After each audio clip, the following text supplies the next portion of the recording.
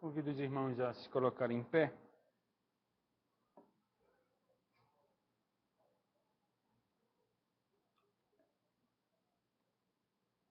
Vamos ler no Evangelho de João, no capítulo 1.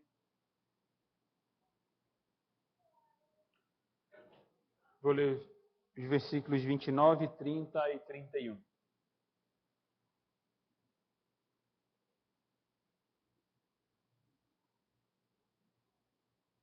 Diz assim a palavra do Senhor. No dia seguinte, viu João a Jesus que vinha para ele e disse: Eis o Cordeiro de Deus que tira o pecado do mundo. É este a favor de quem eu disse: após mim vem um varão que tem a primazia, porque já existia antes de mim. Eu mesmo não o conhecia, mas a fim de que ele fosse manifestado a Israel, vim, por isso, batizando com água. Vamos fechar os olhos? Nós vamos orar. Senhor Deus, Deus Todo-Poderoso, Deus bendito de eternidade a eternidade, Deus grandioso, excelso, tremendo, Deus santo, santo, santo, que habita em luz inacessível. Nesse momento, Senhor, nos reunimos em obediência à Tua palavra, para na comunhão dos santos te prestar culto, culto público, culto de adoração ao Teu nome, de glorificação à Tua pessoa, porque só o Senhor é Deus verdadeiro, só o Senhor é digno de todo louvor, de toda glória, de toda exaltação. E nós nos achegamos à Tua presença, Senhor, com o nosso coração cheio de alegria, de contentamento, de regozijo, que sabemos que até aqui o Senhor nos tem ajudado, com a Tua mão poderosa, graciosa ao mesmo tempo. Até aqui o Senhor tem dispensado sobre nós a Tua graça, a Tua misericórdia, a Tua benevolência, a Tua longanimidade também, Senhor. É por isso que nós não somos consumidos, porque o Senhor renova a cada manhã o Teu favor, Senhor, sobre nós. Reconhecemos que somos pecadores, erramos, Senhor, apesar de termos recebido do Senhor muita luz da Tua parte, na Tua palavra, no Teu Evangelho, na Tua lei. Nos alegramos, Senhor, ao ouvir a Tua palavra, ao meditar nela, ao lê-la. Mas mesmo assim, Senhor, nós pecamos, erramos. E nesse momento de culto, de adoração, nós queremos, mais uma vez, pedir humildemente o perdão pelos nossos pecados, Senhor. Que esse culto seja agradável à Tua presença. Que não seja baseado, Senhor, em nós mesmos, porque não temos justiça própria. Mas a Tua palavra nos ensina que a nós foi imputada a justiça de Cristo, Cordeiro de Deus que tira o pecado do mundo. Confiados nele, unicamente nele, é que nós nos reunimos e cantamos com o nosso coração alegre, e confiados nele também, que nos humilhamos na Tua presença. E te pedimos que Teu Espírito Santo, nesse momento, fale ao nosso coração. O Senhor me abençoe na pregação da Tua palavra, no ensino, me dá graça. E dá graça também, Senhor, aos irmãos que aqui se encontram, que eles possam ouvir a Tua palavra e guardá-la no coração. Teu Espírito Santo aplique segundo as nossas necessidades, Senhor. Tu conheces a cada um de nós, Tu sondas mentes e corações. Tu conheces o nosso deitar, o nosso levantar. Ninguém, Senhor, absolutamente ninguém pode se esconder do Senhor. Então agora, quando estamos expostos à Tua palavra, que o Teu Espírito Santo, Senhor, fortifique a Tua igreja. Que o Senhor fortaleça aqueles que têm, Senhor, lutado diligentemente, sinceramente, contra o mundo, contra Satanás, contra os seus pecados. Desejam Te servir dia após dia. Que eles estão desanimados, que o Senhor os anime, os levante. E se há alguém no nosso meio que ainda não conhece o Evangelho, que não conhece a Cristo, ó Senhor, alcança-os nesta noite.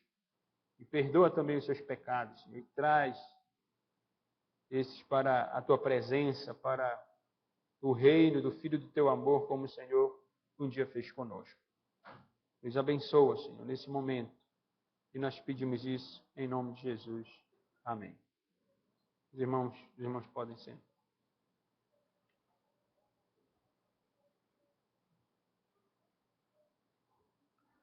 Eu penso que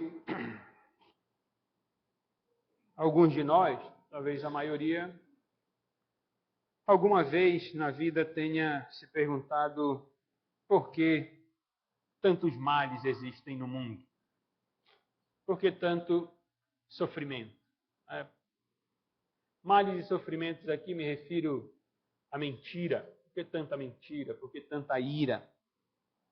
Por que tanta inveja? Por que há discórdias no mundo? Por que tanto homicídio? Por que homens roubam outros homens? Por que os homens se enganam uns aos outros? Por que há tanta vingança? Esses males e sofrimentos recebem, todos esses tipos de males e sofrimentos recebem um nome na Escritura Sagrada que é pecado. Tudo isso é pecado. Tudo isso é errar contra Deus. Por que existe tanto pecado no mundo? Paulo, quando escreve aos Romanos, no capítulo 5, no versículo 2, ele diz que por um só homem entrou o pecado no mundo, e pelo pecado a morte. Assim também a morte passou a todos os homens, porque todos pecaram. O apóstolo Paulo, quando escreve esse versículo 12 do capítulo 5 da sua epístola aos Romanos, ele tem, sem sombra de dúvidas, o texto de Gênesis, capítulo 3, em mente. Porque é Gênesis 3 que nos revela a rebelião do homem quando foi criado, depois de ter sido criado por Deus. Os irmãos conhecem bem a narrativa e sabem que o homem, ele escolheu deliberadamente se rebelar contra Deus. Ele escolheu desobedecer aos mandamentos do Senhor. Disso nós sabemos. A Bíblia revela isso, que o pecado entrou no mundo, como disse o apóstolo Paulo, por um só homem, por meio do nosso cabeça representativo, Adão, pai de toda a humanidade. É por isso que há tantos males, é por isso que há todos aqueles pecados que eu citei ainda há pouco. E uma outra pergunta que é importante que o homem faça é quando tudo isso irá terminar. Aqueles que nada conhecem do Evangelho, eles não têm a resposta para isso.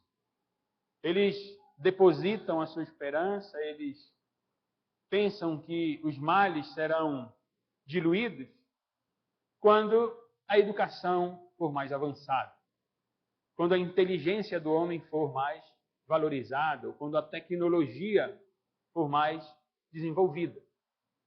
Mas a Bíblia nos dá outro caminho.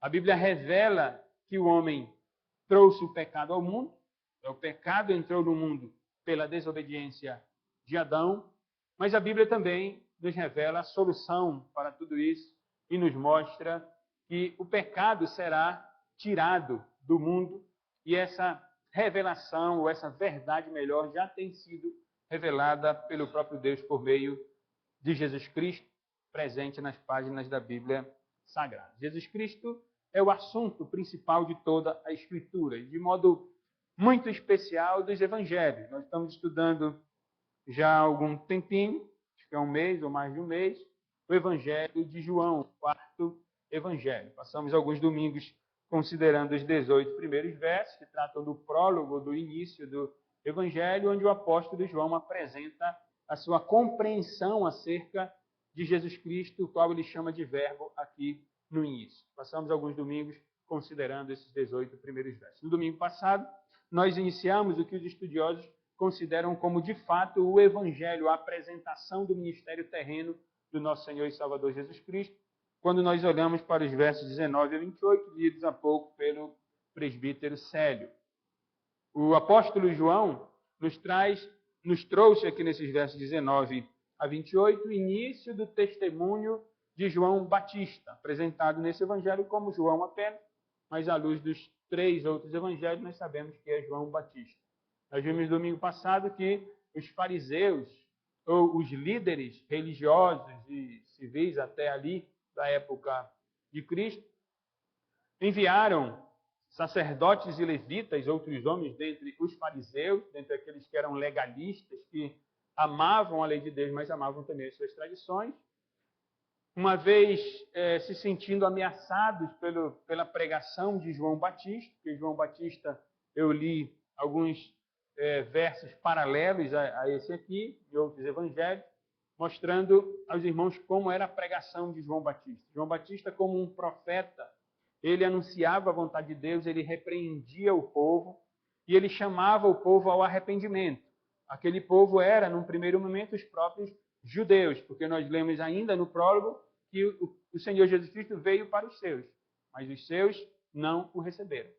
João Batista prega para os judeus e ordena que eles venham ao arrependimento e que eles mudem de vida, que eles agora aceitem, então, a revelação de Deus, a encarnação de Deus, plena em Jesus Cristo, na pessoa de Jesus Cristo.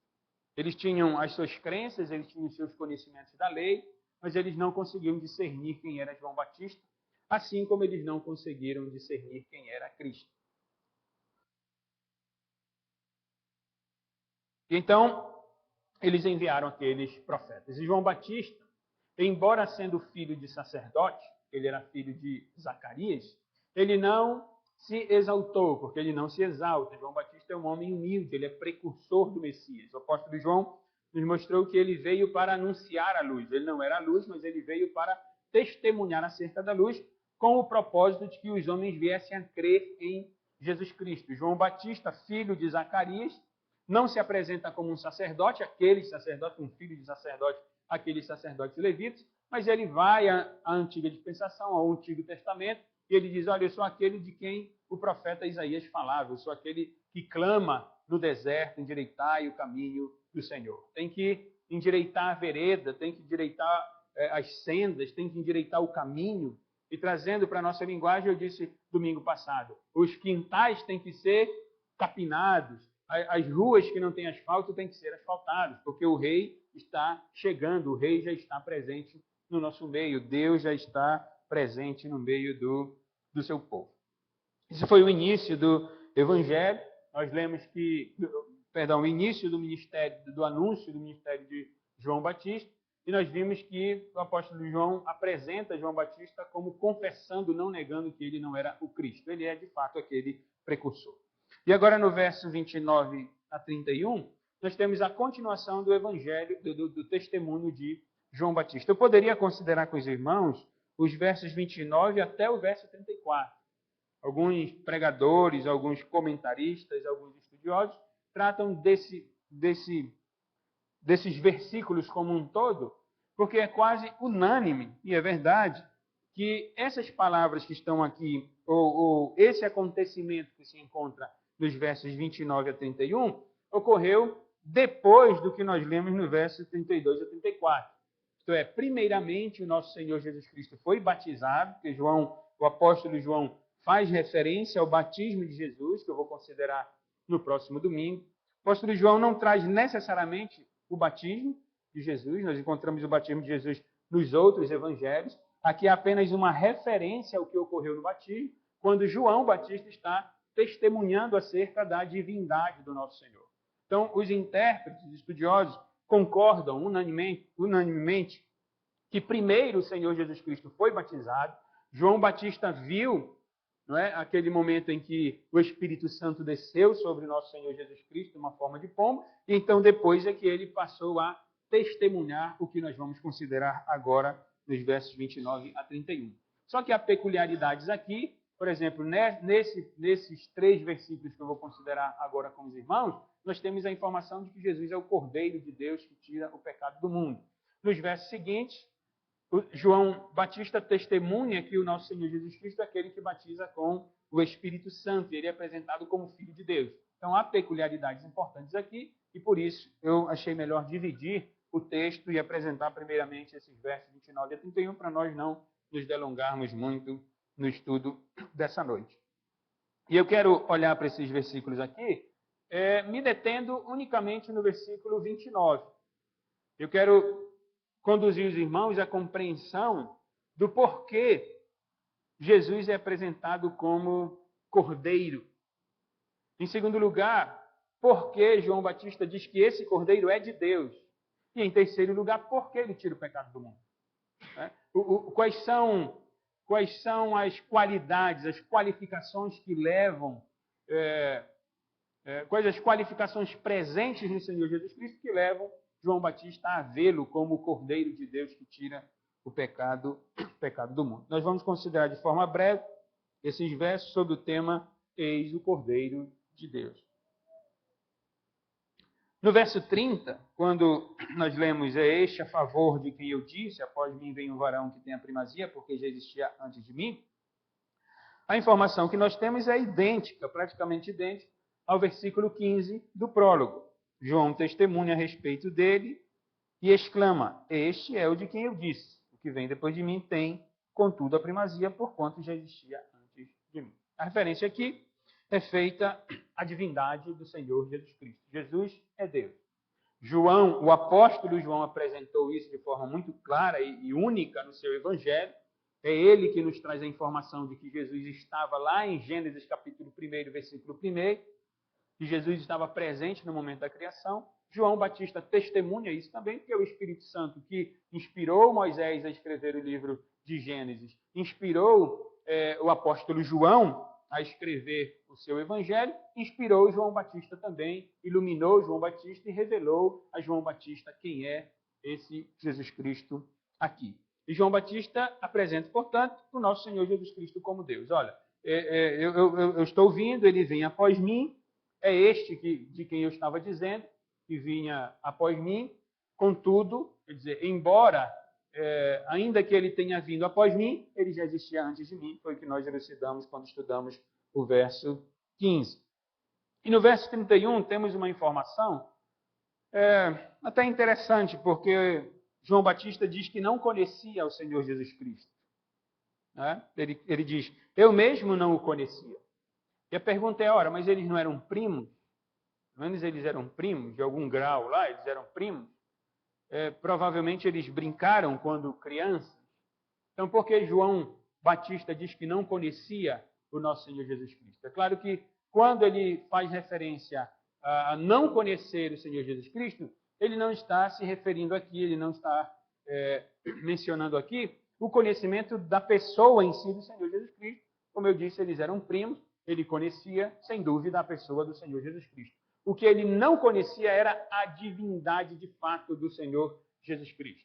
Ele mesmo diz que ele passou a conhecer o Senhor Jesus Cristo em sua plenitude como Deus encarnado, como o Cordeiro de Deus, que ele apresenta aqui, como o Salvador do mundo, como a luz que deveria iluminar o mundo após o batismo. No verso 31 nós lemos, eu mesmo não o conhecia, mas a fim de que ele fosse manifestado a Israel, vim por isso batizando com água. Essa informação que eu estou dando aos irmãos, ela é confirmada nos versos seguintes. Versículo 32. E João testemunhou dizendo, vi o Espírito descer do céu como pombo e pousar sobre ele. Eu não o conhecia, veja.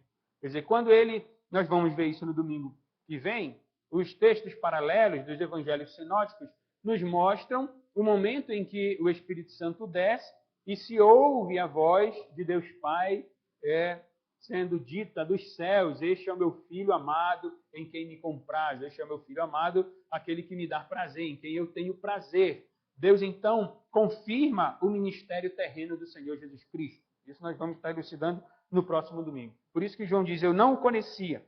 Aquele, porém, que me enviou a batizar com água, me disse, aquele sobre quem vires descer e pousar o Espírito, esse é o que batiza com o Espírito Santo.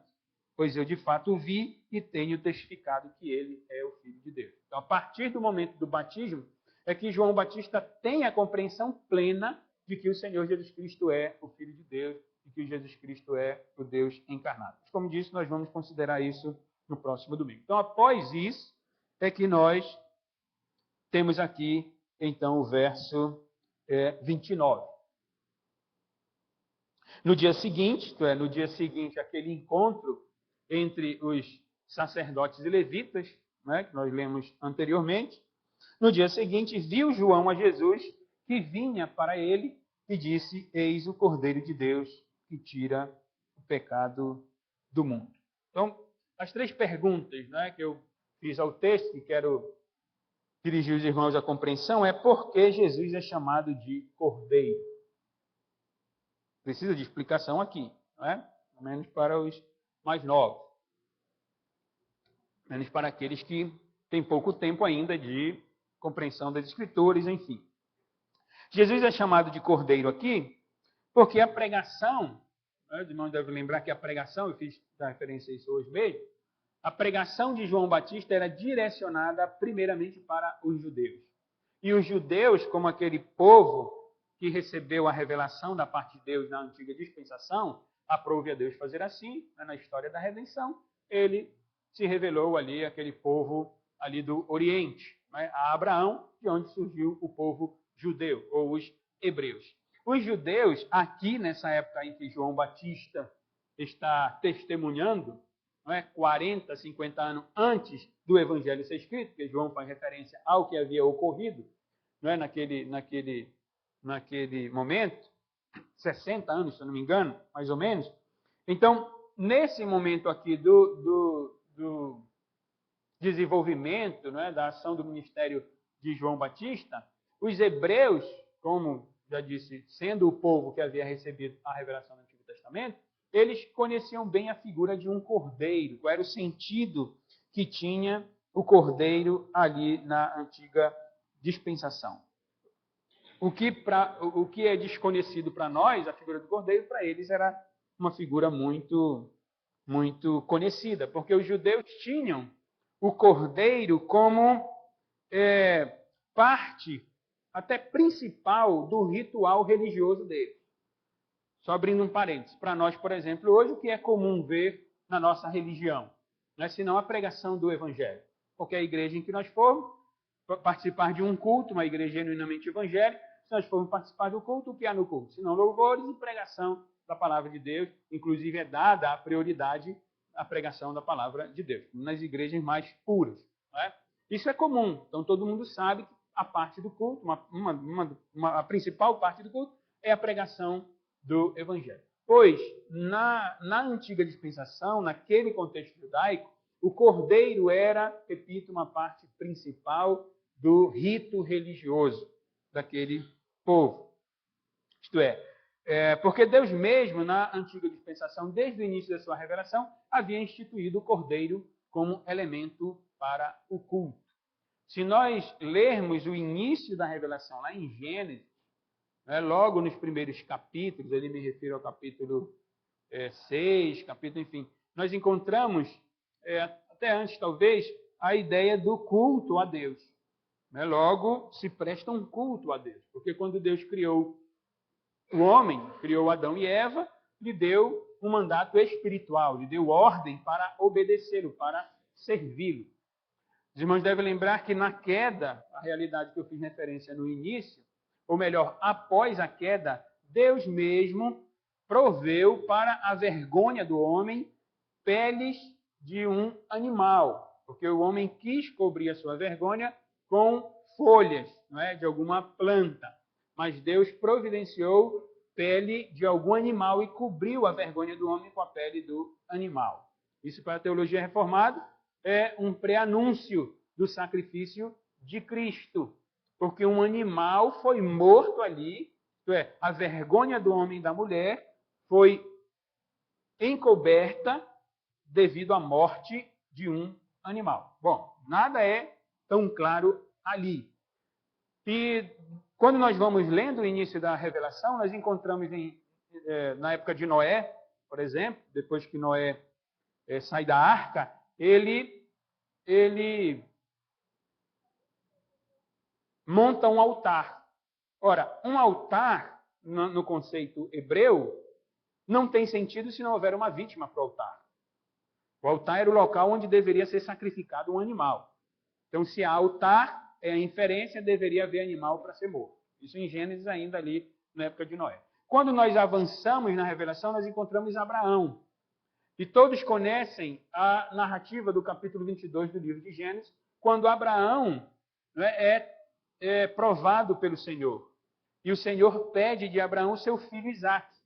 E Abraão vai ao monte, não é, para sacrificar junto com Isaque. E o jovem Isaque, que conhecia muito bem a revelação da parte de Deus, até ali a revelação que eles tinham, é o jovem Isaque quem pergunta ao pai dele: pai, nós estamos subindo para sacrificar o Senhor, mas onde está o cordeiro? Vejam, ele faz referência a um cordeiro.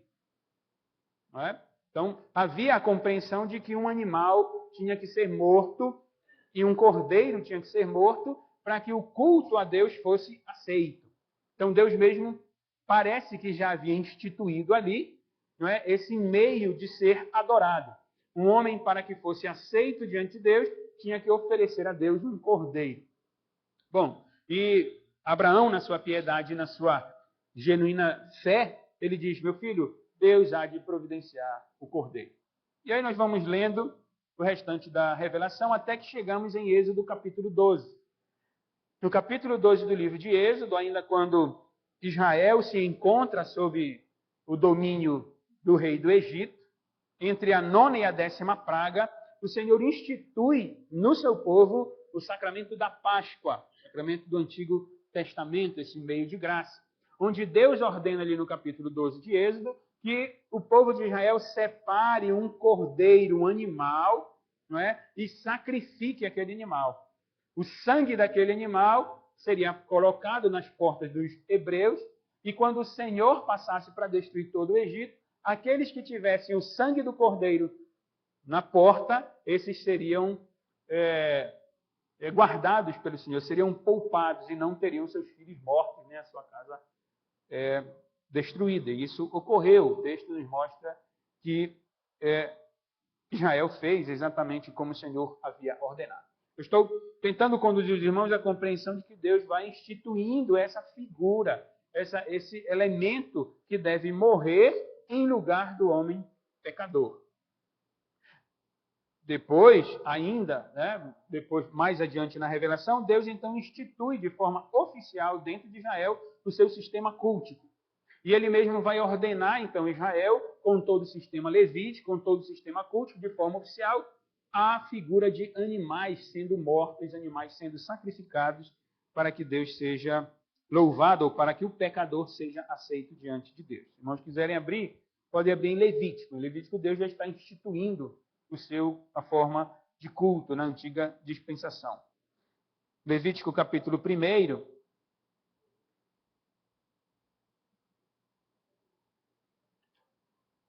logo no versículo 1, nos interessa o verso 3, mas nós lemos assim no verso 1. Chamou o Senhor a Moisés e da tenda da congregação lhe disse: fala aos filhos de Israel e dize: quando algum de vós trouxer oferta ao Senhor, trareis a vossa oferta de gado, de rebanho ou de gado miúdo. Verso 3. Se a sua oferta for holocausto de gado, trará macho sem defeito. A porta da tenda da congregação o trará, para que o homem seja aceito perante o Senhor.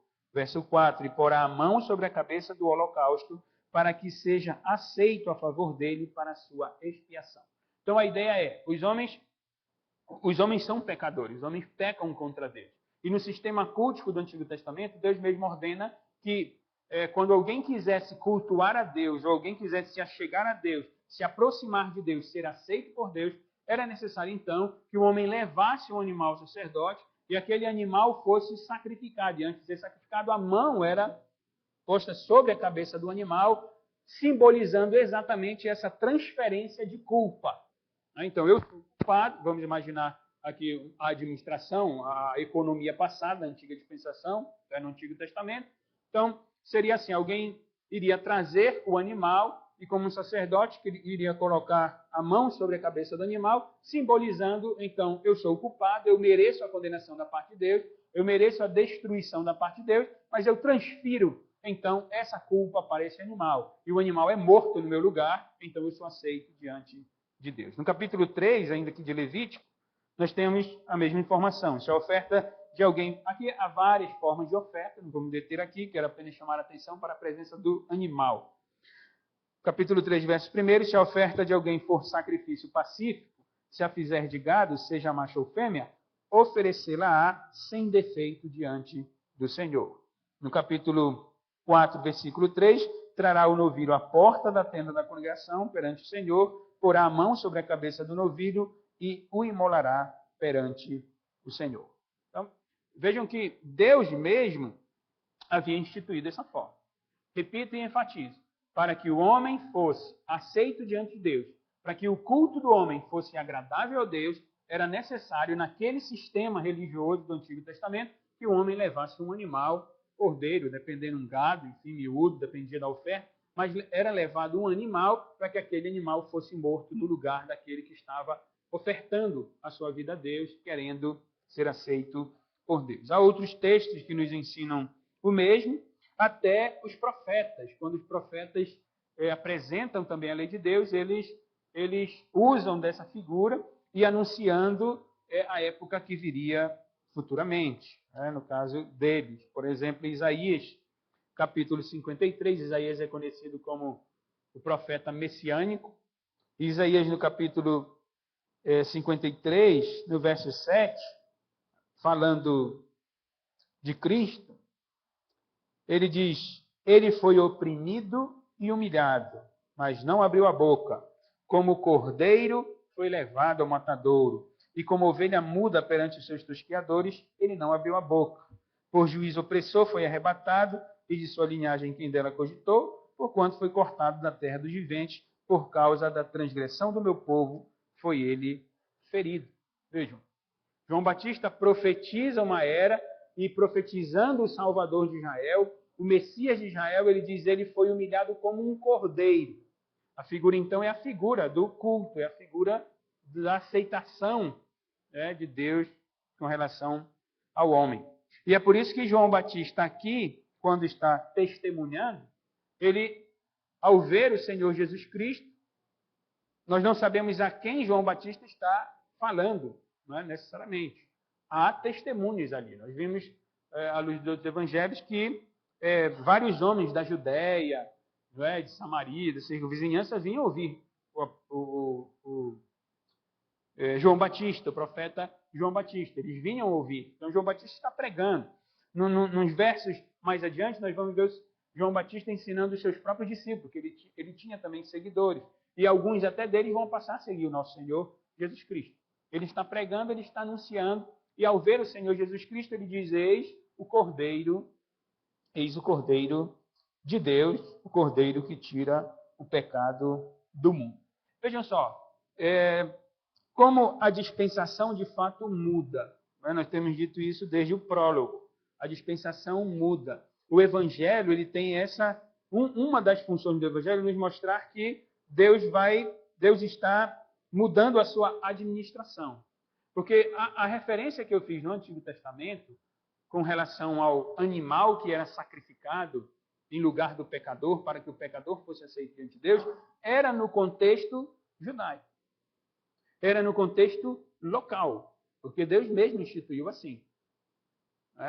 Só que agora João Batista, no testemunho dele, quando ele vem, depois de 400 ou 450 anos de silêncio profético, João Batista, como esse profeta anunciado em Malaquias, o precursor de Jesus Cristo, ele agora nos dá uma informação. Ele é o Cordeiro de Deus que tira o pecado do mundo. Ele não tira mais só o pecado de Israel agora, porque a administração é outra. O Evangelho agora vai ser expandido, o Evangelho agora vai alcançar todas as nações, como Deus mesmo havia prometido ainda a Abraão, quando disse a Abraão, na tua descendência serão abençoadas todas as famílias da terra.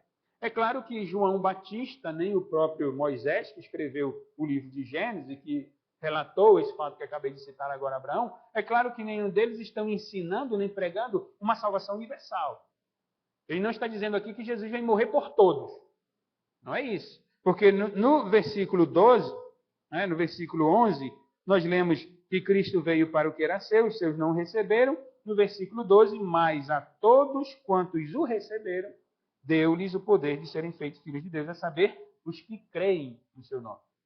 Então, quando nós lemos que Cristo veio para tirar o pecado do mundo, não no sentido de que todos serão perdoados, Mas à luz do versículo 12, aqueles que creem no seu nome, aqueles que o recebem, a saber, os que creem no seu nome.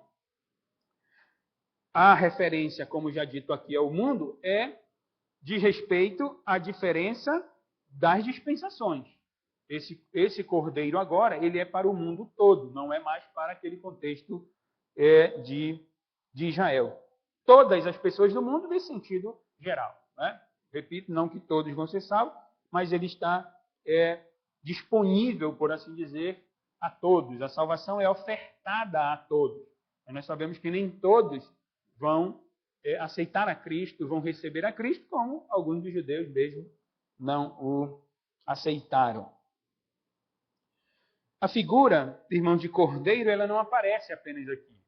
Ela não é presente apenas aqui no Evangelho de João.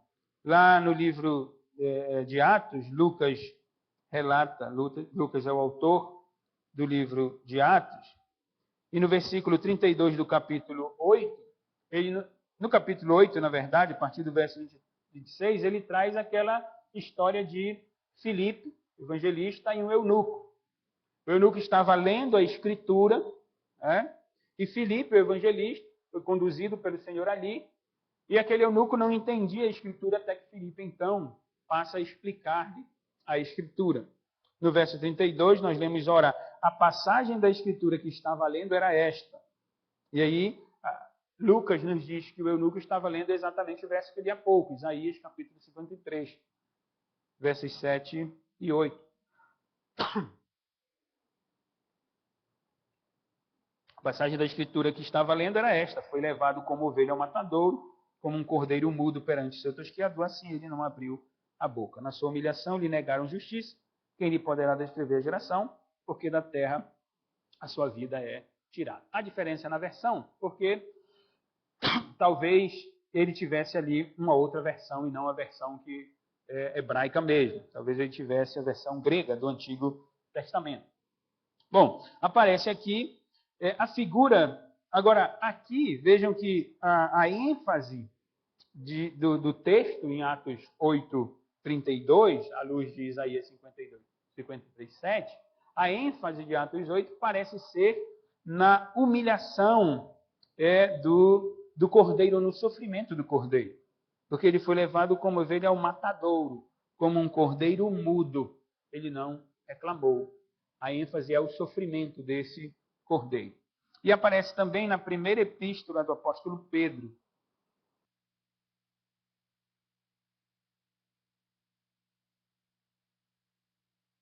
Desculpa, irmãos, é que eu ainda estou me recuperando aí da gripe.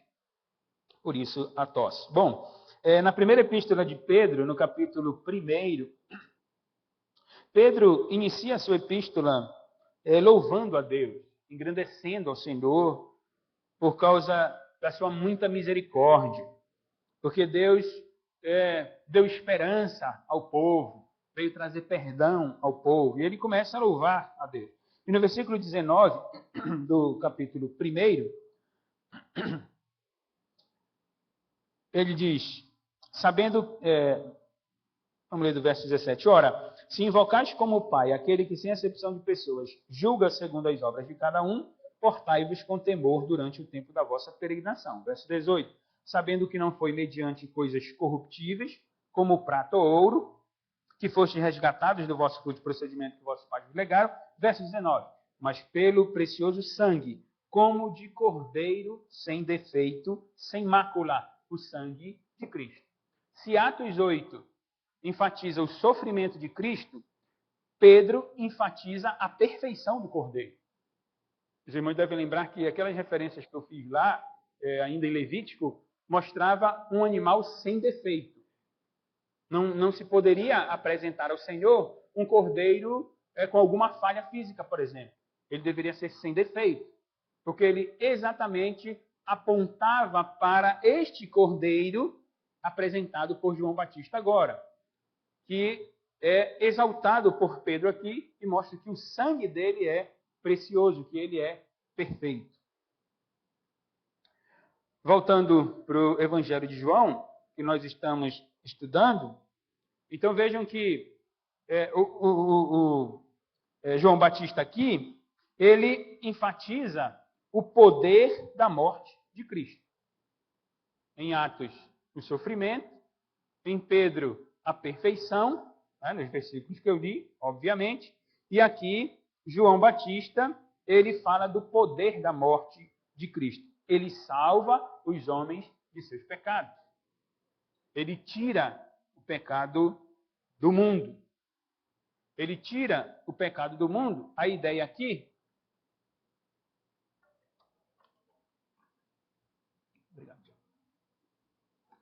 Ele tira, a ideia aqui é de remover, é de colocar para outro lugar. É a mesma ideia lá da antiga dispensação. Não era a transferência, né, simbólica. Então, a transgressão, a impiedade, a iniquidade, o pecado era transferido nesse sentido para o cordeiro, né, simbolicamente falando, e aquele cordeiro então levava a culpa. Pois essa é a ideia. Ele tira o pecado do mundo.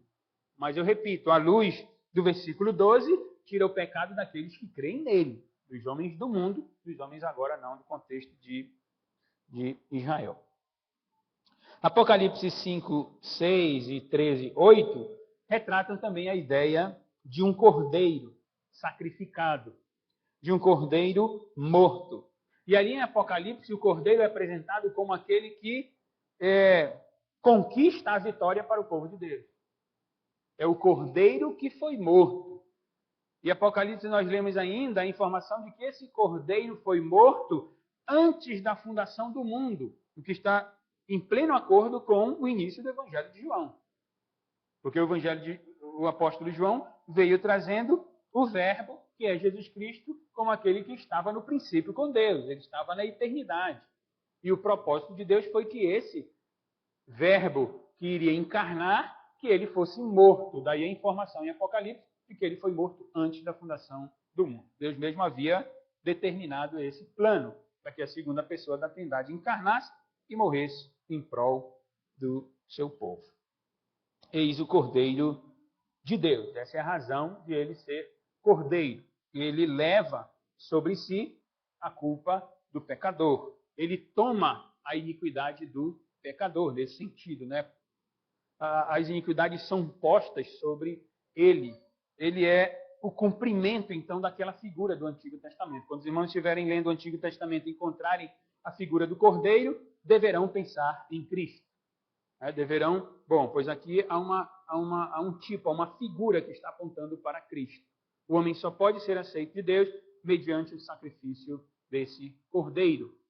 No caso ali, o Cordeiro comum em Israel, mas agora revelado para nós como Jesus Cristo. Porque ele é de Deus, irmãos? Porque esse Cordeiro é de Deus? Porque ele é enviado por Deus. Mas, mais profundo ainda, eu fiz referência a essa realidade quando falei no prólogo ainda da divindade do nosso Senhor Jesus Cristo. Ele é de Deus, ele é o próprio Deus, ele veio de Deus, porque só Deus pode livrar o homem da condenação eterna. Só Deus pode perdoar os pecados dos homens. Todo pecado é cometido contra Deus. Todo pecado é cometido contra Deus. Toda transgressão da lei, toda transgressão, tudo que é errado, pecado, de forma bem simples, significa errar o alvo. Lembrando, qual é o nosso alvo? Lembrar da pergunta dos nossos catecismos, da primeira pergunta. Qual é o fim supremo e principal do homem? Glorificar a Deus e gozá-lo para sempre. Glorificar a Deus e usufruir dele. Esse é o alvo. Esse é o propósito. Para isso nós fomos criados. A Bíblia nos ensina que as coisas mais simples da vida devem ser feitas para glorificar a Deus. Então nós fomos criados para esse alvo. Nós fomos criados para esse propósito. Quando nós não cumprimos esse propósito, nós erramos o alvo e pecamos. Então existe o pecado. Qualquer ação, qualquer coisa que haja, qualquer ação que venhamos a realizar, a fazer que não seja para glorificar a Deus é pecado. Ora, todo pecado, então, é contra Deus. Todo pecado afronta a santidade de Deus. Todo pecado se opõe à pessoa bendita do Senhor. E João então prega, irmãos, que Jesus, o Cordeiro de Deus, quando ele apresenta Cristo como o Cordeiro e diz que esse Cordeiro vem de Deus, que esse Cordeiro é de Deus, então João Batista nos quer ensinar que a única forma agora, nessa nova dispensação, a única forma que faz com que o homem seja aceito por Deus é por meio de Cristo. É por meio do sangue do Senhor Jesus Cristo, se nós nos lembrarmos da epístola de Pedro, quando mostra que o sangue dele é puríssimo, né? Ele é perfeito. O autor aos Hebreus, ele lança luz também sobre essa compreensão. Hebreus capítulo 9, o autor aos Hebreus, como diz o próprio nome do livro, direciona a sua epístola aos hebreus, aos judeus, aqueles que conheciam todo o sistema levítico, todo o sistema cultico, eles sabiam bem, eles conheciam, obviamente, muito bem as figuras do Antigo Testamento, toda aquela pompa do culto, todos aqueles objetos que eram utilizados no culto, e o autor dos Hebreus quer exatamente mostrar também a diferença da nova dispensação. Agora não estamos mais na antiga dispensação. Tudo aquilo que foi usado na antiga dispensação são figuras, são sombras, que ele diz, que apontavam para a vinda do Senhor Jesus Cristo, que veio na plenitude do tempo, na consumação, na plenitude do tempo. No capítulo 9, ele está falando exatamente acerca das ofertas, dos sacrifícios, da forma de adorar a Deus. E a partir do verso 11, ele mostra a superioridade da pessoa de Cristo. No verso 13, Hebreus 9, 13, ele diz, portanto, se o sangue de bodes e de touros e a cinza de uma novilha, aspergidos sobre os contaminados, os santificam quanto à purificação da carne, muito mais o sangue de Cristo, que pelo Espírito Eterno, a si mesmo se ofereceu sem mácula a Deus, purificará a nossa consciência de obras mortas para servirmos ao Deus vivo. O autor aos Hebreus está dizendo, olha, lá na antiga dispensação havia um rito externo que Deus mesmo havia instituído, por meio do qual ele aceitava os pecadores. Era o aspergir do sangue do cordeiro, era o sangue da novilha, enfim, eram as cinzas, tudo aquilo está ali dentro do ritual cultico do Antigo Testamento. Ele está dizendo, ora, ali naquele sistema, Deus aceitava aquela purificação que era externa. Imagine agora que Cristo veio, o Cordeiro, não é? Se nós estamos usando a figura de João Batista, o Cordeiro de Deus agora veio presente, cujo sangue é precioso, é agora mesmo que Deus nos purifica. A única forma de ser aceito diante de Deus é por meio de Jesus Cristo.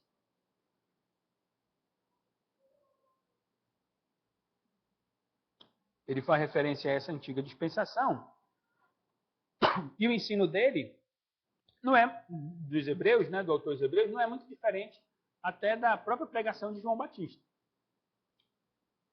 Não é? João Batista, o que ele está dizendo no verso 31, eu não o conhecia, mas a fim de que ele fosse manifestado já eu vim por isso batizando com água. Já fizemos referência a essa realidade. Eu batizo com água, ele dirá, mas virá o que batiza com o Espírito Santo. Então, eu trato do que é externo apenas. Eu disse aos irmãos no domingo passado, João Batista, o batismo dele não é nem o de prosélito, desenvolvido pelos judeus, e nem é o batismo cristão. É um batismo de arrependimento, é um batismo de preparação para a vinda do Messias, para a chegada do Messias. Ele trata do que é externo. É isso que os Hebreus estão dizendo também. Olha, havia uma purificação ali, aceita por Deus na antiga dispensação, mas agora a economia é outra, a administração é outra. Esse cordeiro que vem é de Deus, ele é perfeito, o sangue dele é puro, e para que o homem seja aceito diante de Deus, tem que crer nesse cordeiro. É o sangue de Cristo que nos purifica dos nossos pecados. Se ele nos purifica dos nossos pecados, nós vamos ao terceiro ponto, ele tira o pecado do mundo.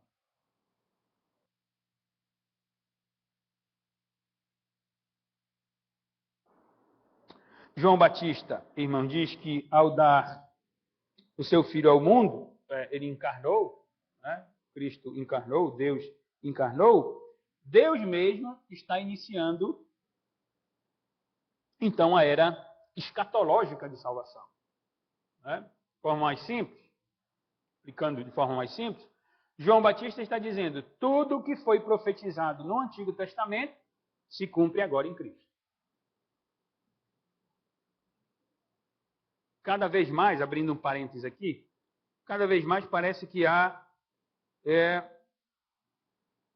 uma superstição por parte de alguns evangélicos. Eu me refiro à ideia de um evangelho judaizante, né? Parece que a cada tempo se tem aumentado o número de pessoas que têm Israel como se fosse algo muito especial. E chegam até a insanidade de querer retornar às festas do Antigo Testamento, a criar tabernáculo, a comunidades no Brasil, ditas evangélicas, têm a festa dos tabernáculos, onde as pessoas vão para o tabernáculo. Alguns ousam, fugindo mesmo totalmente da realidade, imaginar sacrifícios novamente, por falta de princípio hermenêutico, claro, de interpretação da Escritura, achando que, lendo lá o Antigo Testamento, como muitas seitas fazem, não é? Pegam o Antigo Testamento, querem colocar a nós como se fosse lei de Deus para nós agora. João Batista está dizendo: não, acabou. Tudo o que foi profetizado antigamente, agora é o cumprimento aqui. Porque o Cordeiro e todo aquele sistema culto, todo aquele sistema pelo qual o homem era aceito diante de Deus, passou agora a um só jeito, que é o Senhor Jesus Cristo. É o cumprimento. O que eu disse é o cumprimento, o cumprimento é o tempo escatológico, né? Aquele tempo que foi pronunciado no Antigo Testamento. Se alguém deseja ser salvo da condenação eterna, se alguém deseja o perdão dos seus pecados, então é unicamente por meio de Jesus Cristo, por meio do seu sacrifício. O que João Batista está fazendo aqui, ele está anunciando, né? Quando claro que nós vamos ao Antigo Testamento que Deus tinha, mas aí João Batista está anunciando que lembram que João Batista é o precursor. Jesus acaba de ser batizado, mas nós seguimos a interpretação dos intérpretes, né? A compreensão do intérprete. Ele acaba de ser batizado, ele então inicia o seu ministério terreno. E João Batista está apresentando esse Jesus Cristo como um cordeiro, apontando, como passei o tempo todo do sermão falando, para o cordeiro do Antigo Testamento, a figura do animal morto do Antigo Testamento, mas ele está anunciando também que esse cordeiro deverá ser morto. Por isso que ele é um cordeiro. Quando se falava em cordeiro a um judeu, ele entendia que o cordeiro tinha que ser morto. E João Batista está dizendo: esse será morto. Os irmãos lembram do relato da Páscoa, da última Páscoa, da instituição da Santa Ceia, quando Jesus se apresenta como aquele que irá morrer, como o cordeiro, como aquele que deverá morrer por causa do pecado do seu povo. É a Páscoa, então, não é? A nossa Páscoa é a Santa Ceia. A festa, né, do livramento do Senhor, da salvação do seu povo, é nessa nova dispensação a morte do Cordeiro, que Paulo nos ensina em 1 Coríntios, no texto áureo que nós lemos, sempre na administração da Santa Ceia: anunciais a morte do Senhor até que ele venha no momento da ceia. Nós estamos anunciando a morte do Cordeiro, o Cordeiro de Deus que tira o pecado do mundo. Todos os sacrifícios do Antigo Testamento, irmãos, todos os sacrifícios, porque eu citei apenas o Cordeiro, mas há uma gama ali de regras de sacrifícios, há sistemas sacrificiais ali, há sacrifício pacífico, há holocaustos, há vários tipos de sacrifícios. Todos os sacrifícios do Antigo Testamento são cumpridos na pessoa do Senhor Jesus Cristo. Lições, irmãos. Na verdade, as explicações, as perguntas que eu fiz no início. Jesus Cristo é o Cordeiro, irmãos, porque ele veio para morrer em nosso lugar. Daqueles que creem no seu nome, né? A salvação está disponível a todos nesse sentido. O evangelho é pregado a toda criatura. Ele disse: e de pregar o evangelho a toda criatura. O evangelho é pregado a todos os homens e deve ser pregado a todos os homens. Aquele que crê no Senhor Jesus Cristo, aquele que o recebe, como o apóstolo João apresentou aqui, então recebe de Deus o poder de ser feito seu filho. Passa a ser filho genuíno de Deus. Né? E aqui, à luz desse verso 29, ele vem para morrer no nosso lugar. Que a ideia é a mesma. A transferência, nesse sentido, do pecado, é por isso que o profeta, no Antigo Testamento, irá dizer, ele, falando de Cristo, levará sobre si as nossas enfermidades, o castigo que nos traz a paz estava sobre ele, os seus pisadores fomos sarados. Toda a nossa mazela, todo o nosso pecado, todos aqueles pecados citados no início, ira, discórdia, roubo, furto, todos esses nossos pecados, eles são transferidos para Cristo. E Cristo irá à morte, Cristo irá à cruz do Calvário levar sobre si os pecados daqueles que nele creem, aqueles que depositam a sua esperança nesse Cordeiro que irá morrer, ou que veio morrer, aqui na narrativa irá morrer, para nós já veio e morreu em nosso lugar. Ele é de Deus porque ele foi enviado por Deus. Assim como o Cordeiro, na antiga dispensação, foi instituído pelo próprio Deus como no sistema cultico local, esse Cordeiro foi enviado pelo próprio Deus para cumprir de uma vez por todas a figura do Antigo Testamento. E aquilo era só um símbolo. Mas esse não, esse vem de fato perfeito da parte de Deus, é enviado pelo próprio Deus, ele é o próprio Deus, né? Como João tem nos apresentado, o apóstolo, como ele dirá, eu vi descer do céu o Espírito Santo, e ele diz, e tenho testificado que ele é o Filho de Deus, versículo 34. Então ele é o Cordeiro de Deus, porque veio para morrer em nosso lugar, ele é o Cordeiro que veio para morrer no nosso lugar, ele é de Deus porque ele foi enviado pelo próprio Deus, e ele tira o pecado do mundo porque ele é puro, porque o seu sangue é perfeito, porque a sua vida é perfeita. Ele não peca, ele não engana, ele não mente, ele é perfeito. E ele, sendo perfeito como Deus verdadeiro, como o único que pode perdoar o pecado, ele tira o pecado do mundo, ele envia o pecado do mundo, ele quita o pecado do mundo, ele paga a dívida que o homem tinha diante de Deus, que era de serviço a Deus lá na criação, de glorificar a Deus para sempre. Então que o Senhor nos abençoe, irmãos, e aqueça o nosso coração com essas verdades. Né? Por causa dos nossos pecados, por causa das nossas deficiências, por causa das nossas debilidades espirituais, muitas vezes nós queremos desanimar da caminhada. Mas devemos lembrar que nós temos o Cordeiro de Deus que tira o nosso pecado, que já perdoou os nossos pecados na cruz do Calvário, que é o nosso Senhor e Salvador Jesus Cristo. Ele não é como nós. O sangue dele não é como um sangue de bode, do sangue de carneiro, um sangue de boi da antiga dispensação, não. O sangue dele é puríssimo. O sangue dele purifica a nossa alma. E por isso nós devemos crer nele, devemos ir a ele. Então que Deus nos conforte, nos anime, aqueça o nosso coração nesse sentido. E se há alguém que ainda não se confiou a Cristo no nosso meio, vá a Cristo. Deposite a sua fé em Cristo. Ele é o Cordeiro de Deus que pode perdoar os seus pecados. Ele pode pagar a dívida que você tem diante de Deus, de pecado, de erro, de rebeldia contra a sua vontade. Ele é o Cordeiro de Deus que tira o pecado do mundo. Vamos ficar de pé, irmãos? Vou pedir ao presbítero Zoênio que escolha um hino, um cântico. Vamos louvar, orar e encerrar o culto.